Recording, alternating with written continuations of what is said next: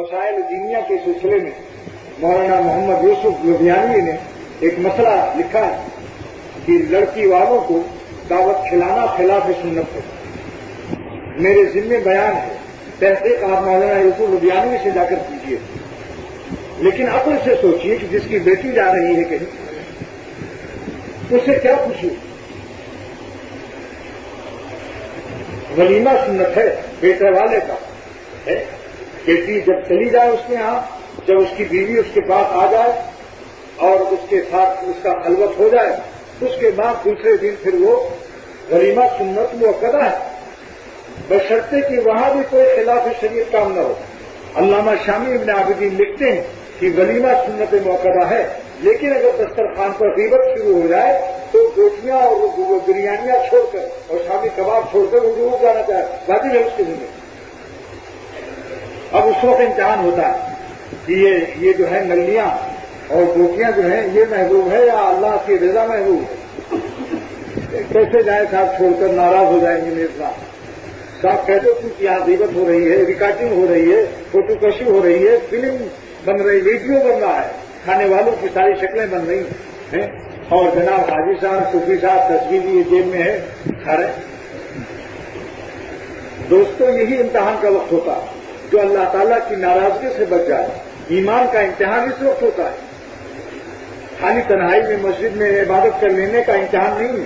ایسا امتحان کا وقت ہوتا ہے کہ ایک آدھا منہ اور بریانی کے درمیان میں 1 فٹ کا فاصلہ ہے اور آدھا فٹ تک وہ لے آیا، لیکن دیکھا کہ فوٹوگرافر آ گیا، فلم بننے والی ہے.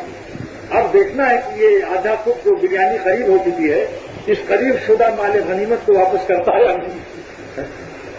امتحان کا وقت یہ ہوتا ہے. اگر مومن ہے اللہ ہم سب کو توفیق دے کہ اس لقمے کو وہیں رکھ دو اور اڑ جاؤ کہہ دو کیونکہ اللہ کی نافرمانی ہو رہی ہے، لہذا ایسی مجلس میں کی حاضری جائز نہیں ہے. محدث عظیم مشکات کی شرح ملا علی قاری مکہ شریف میں مدفون ہے، فرماتے ہیں لا یجوز الحضور ان مجلس فیہ المحظور. اس کا ترجمہ سن لیجیے، جائز نہیں ہے ایسی مجلسوں میں حاضر ہونا جہاں اللہ کی مرضی کے خلاف، شریعت کے خلاف کوئی کام ہو رہا ہو. ایسی مجلس میں شرکت جائز نہیں، چاہے ابا کی مجلس ہو، چاہے اماں کی مجلس ہو، چاہے پیر کی مجلس کیوں نہ ہو. مان لو کسی کو غلطی سے غلط پیر مل گیا تو اس کے معنی تھوڑی ہے کہ وہ اللہ اور رسول کے فرمان کو پیچھے چھوڑ دیں، اس کی بات کو آگے مان لیں. اسی کا نام پیر پرستی.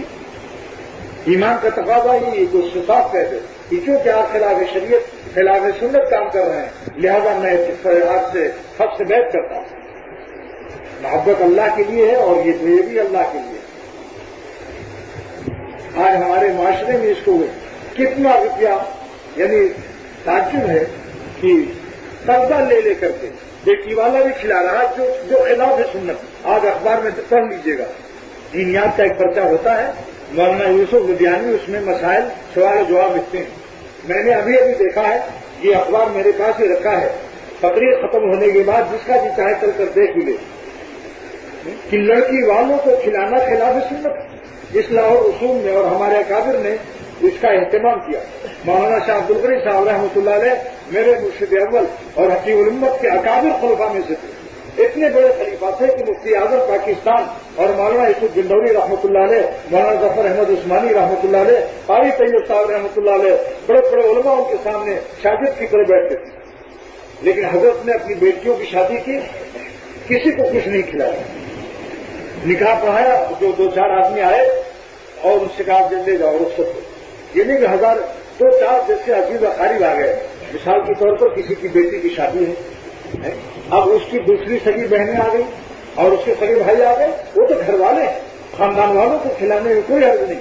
جو 2-4 آ گئے، لیکن اس کے معنی نہیں کہ سب پر دعوت نامے کارڈ چھپ رہے ہیں، 1000 آدمی اس میں بھی کھا گئے، 500 آدمی کھا گئے. یہ 10-20 ہزار تو بالکل ضائع ہوا، کوئی اجر نہیں. خلاف سنت عمل پر اندیشہ مواخذہ.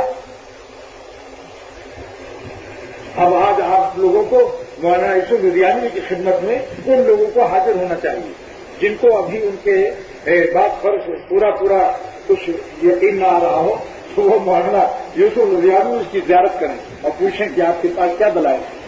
بھائی نکاح تو ایک عبادت ہے نا، عبادت میں تمام وہ سنت دیکھی جائے گی جو سرور عالم صلی اللہ علیہ وسلم نے کیا ہو. لہذا ولیمہ تمام حدیثوں میں ولیمہ سنت ہے، بشرطے کی شریعت کے خلاف نہ ہو ولیمہ بھی، اور حیثیت سے بھی زیادہ نہ ہو. 5,000 تنخواہ پاتا ہے 1 لاکھ کا ولیمہ کر رہا قرضہ لے کر، یہ فخر ہے، اس میں بھی شرکت جائز ہے. آج امت مسلمہ مسلمان اسی کی وجہ سے مقروض و پریشان ہیں. 10,000 20,000 روپیہ کھانے میں جا رہا ہے. ارے ولیمہ امام کو بلا لو، مؤذن کو بلا لو، بس ولیمہ ہو گیا. 2 آدمیوں سے بھی ولیمہ ہو جاتا ہے. چلو اور محلے کے کچھ بڑے بوڑھوں کو بھی بلا لو. 5-6 آدمی 7 آدمی سے ولیمہ نہیں ہوگا. آپ کسی مفتی سے پوچھو کہ اگر ہم 6-7 آدمیوں کو بلا لیں اور ولیمہ ہم کر لیں تو ہمارا سنت ولیمہ کا ادا ہوگا یا نہیں ہوگا؟ اور باقی پیسے ہم دینی مدرسوں میں یتیموں پر بیواؤں پر خرچ کر دیں گے، یا ہم اپنی بیٹی کو دے دیں گے، داماد کو دے دیں گے. یہ کھا کے 50,000 ہزار روپیہ خرچ کرا کے موچھوں پر تاؤ دے کے دلاتے ہیں. کوئی خوش نہیں ہوتا. میں تعریف کے لیے بھی انسان کرتا ہے، تعریف بھی نہیں ملتی. کیا کہہ کے جاتے ہیں؟ سنو شادی حالوں سے وہ الفاظ میں مجھ سے سنیے. ارے ذات ہی بہت ڈال دیا تھا، اتنی چکنائی تھی کہ کھایا نہیں گیا ہو تو میرے تو پیٹ میں درد ہو گیا. یہ اس نے شوربہ بچایا ہے، گوشت بچانے کے لیے ترکیب نکالی کہ گھی زیادہ ڈال دیا تاکہ کھانا نہ کھایا جائے. دوسرے صاحب کہتے صاحب نمک تیز ہو گیا تھا. تیسرے صاحب کہتے وہ بکرا بڈھا کھدرا، گوشت میں سختی بہت تھی، جیسے چمڑے کھینچ رہے تھے. حکیم الامت تھانوی رحمۃ اللہ علیہ نے ایک قصہ اس پر سنایا. فرمایا کہ ایک بنیا تھا بخیل، پیٹ کاٹ کر کے بغیر ناشتہ رہتا تھا. لیکن جب بیٹی کی شادی کی تو سارے گاؤں کو دعوت دے دیا، کیونکہ عزت کیا تھا، بھوکھا تو کافر بھی ہوتا ہے، کیا کہ یہ مرض بڑا خطرناک ہوتا ہے. اس نے سب گاؤں والوں کو پوری آلو کھلائی، پوری آلو سبزی. آلو پوری بھی بہت مزیدار ہوتی. اب ہندو دوست تو کھاتے گا نہیں، لہذا اور ایک اشرفی بھی انعام دیا. ایک اشرفی سونے کی ہوتی ہے اشرفی، حکیم الامت کے بعد میں دیکھ لینا. اور جب اس نے دے دیا تو پھر جلدی سے دوڑ کر کے گاؤں کے باہر ایک درخت پر بیٹھ گیا کہ آج تو تھوڑا تعریف سن کر خوش ہو جائے، مال تو گیا. زندگی بھر تو ہم نے چمڑی دے دی، دمڑی نہیں دی، لیکن آج بیٹی کی شادی میں ذرا کچھ ہوا لینے کے لیے اور گاؤں میں تعریف لینے کے لیے میں نے اتنا خرچہ کیا. تو گاؤں کے باہر ایک درخت پر بیٹھ گیا اور سننے لگا کہ آج کتنی میری تعریف ہوتی ہے.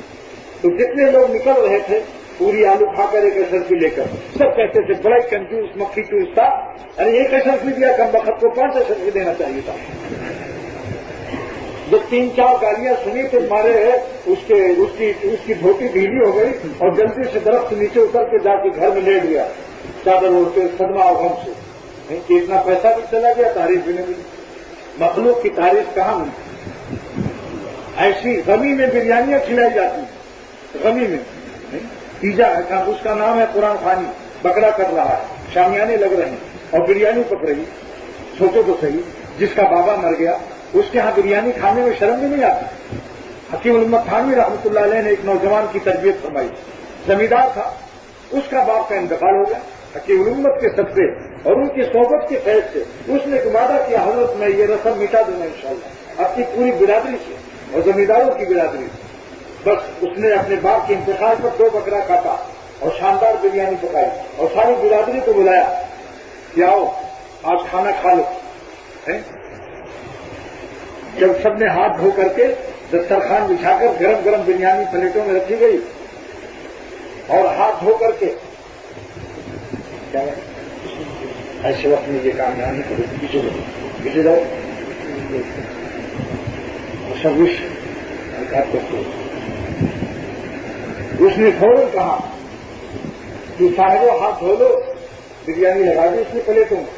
جب سب ہاتھ دھو لیا تو کہا اچھا ہاتھ بڑھانے سے پہلے میں ذرا ایک گزارش کرتا ہوں، اس کو سن لینے کے بعد آپ لوگ کھائیے. اب ہاتھ دھلا ہوا اور آنکھیں بریانی پر ٹکٹکی باندھے ہوئے، لیکن کان اس نے اپنی طرف متوجہ کر لیا کہ میری ایک بات سن لو پھر کھاؤ. نوجوان بچہ، بڑے بڑے بڈھے چودھری سب جمع ہے، زمیندار خطاب کر رہا ہے کہ آپ لوگ کی خوشی میں یہ بریانی کھانے جا رہے ہیں؟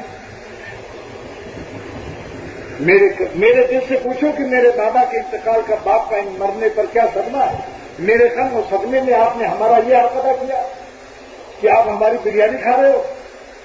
یہ کون سی خوشی ہے اس وقت مجھے جس خوشی میں آپ لوگ بریانی کھا رہے ہو؟ بس اب کوئی کھاتا ہے؟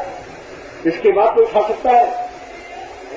اب ایسا تو نہیں آبرو عزت ہو کر کے پیچھے آئے تھے لوگ، فوراً سب کھڑے ہو گئے اور کہا شاباش، آپ تم نے مجھے سمجھا دیا، اے نوجوان بچے، ساری بریانی کو لے جا کے غریبوں میں تقسیم کر دو۔ ہم لوگ زمیندار، بڑے بڑے رئیس مالداروں کا حق ہے اور اپنے نوجوان رشتے دار کے بعد کی گرمی اور صدمے میں بریانی ٹھوس رہے، واقعی بے غیرتی ہے۔ حکیم امت کو جب یہ خبر ملی، حضرت نے بعد میں خوشی میں بیان کر دیا کہ ایسا اللہ جس سے چاہتا نوجوانوں سے کبھی بڑا کام ہو جاتا ہے۔ کتنا بڑا کام کیا اس نے کہ ایک بری رسم کو مٹا دیا۔ آج آپ سب حضرات سے میں مسجد میں اللہ کے گھر میں ایک عہد لیتا ہوں کہ آپ لوگ سب وعدہ کیجیے کہ اپنی شادی بیاہوں کو میرج ہالوں سے ختم کر دو۔ بالکل وعدہ کیجیے، اللہ کے لیے امت کو رحم کیجیے، اپنے خاندان کو رحم کیجیے۔